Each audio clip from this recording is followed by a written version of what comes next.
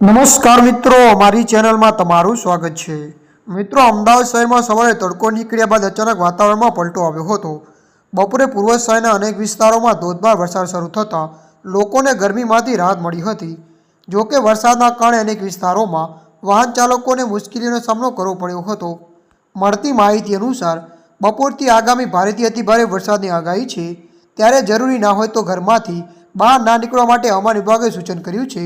શહેરના HG highway, Thaltej અને satellite વિસ્તારમાં ભારે વરસાદ નોંધાયો હતો। વરસાદ શરૂ થતાં જ કેટલાક વિસ્તારોમાં રસ્તાઓ ભીના થયા હતા અને ટ્રાફિકની ગતિ ધીમી પડી હતી। જોકે બપોરે 3 વાગ્યાથી 5 વાગ્યા સુધી એટલે કે આ 3 કલાક અતિ ભારે હવામાન વિભાગે જણાવ્યું છે। હવામાન વિભાગે અમદાવાદ શહેરમાં બપોર બાદ ભારે વરસાદ પડવાની આગાહી વ્યક્ત કરી છે। આગાહીના પગલે નાગરિકોને જરૂરી કામ હોય ત્યારે જ બહાર નીકળવા અને વરસાદી દરમિયાન સાવચેતી રાખવાની સૂચના આપવામાં આવી છે।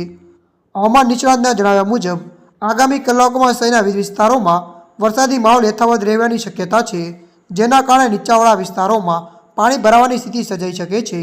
તેથી વાહન ચાલકોને સતર્ક રહેવા અને ટ્રાફિક એડવાઇઝરનું પાલન કરવાની અપીલ કરવામાં આવી છે।